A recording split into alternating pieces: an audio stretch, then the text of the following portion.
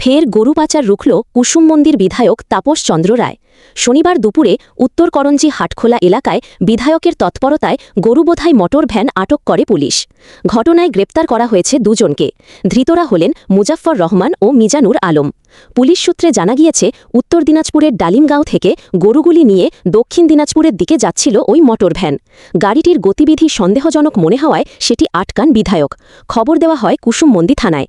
এরপর পুলিশ এসে 4টি গরু উদ্ধার করে এবং দুজনকে গ্রেপ্তার করে।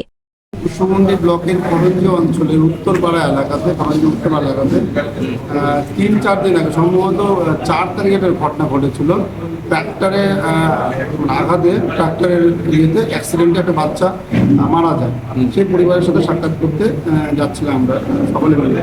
তখনই আমাদের চোখে পড়ে গাড়িতে টোটোতে গরু বোঝাই করে এবং পুরো টোটোটা একদম ত্রিপল দিয়ে ধকড়া দিয়ে একদম ঢাকা রয়েছে।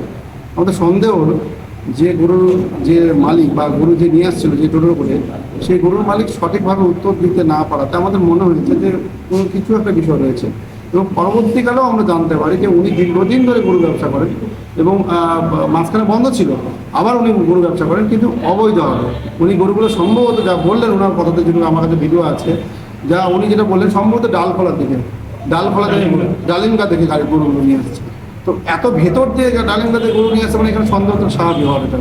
তো আমার পার্সোনালি কোনো শত্রুতা বা কোনো বিষয় নয়, যে যদি এরকম কিছু হয়ে থাকে তো প্রশাসন এবং বাকিটা প্রশাসনের মতন দেখবে, এটুকুই বলা ছিল, অন্য কিছু বিষয় না। আর সরকার এটুকুই বলতে পারি, আমাদের কাছে উপর থেকে, বিশেষ করে আমার কাছে উপর থেকে একটা রিপোর্ট এসছে এবং কুসুমন্ডিরই রিপোর্ট এসছে গরুর উপরে।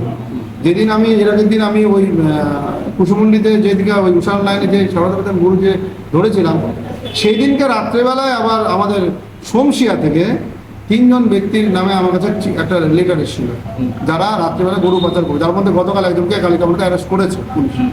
তো যে উপর থেকে রিপোর্টটা আমাদের যেটা পাঠাচ্ছে তাহলে সঠিক রিপোর্ট, যে কুসুমন্ডিতে ভেতরে ভেতরে এখনও অবৈধ ব্যবসা চলছে।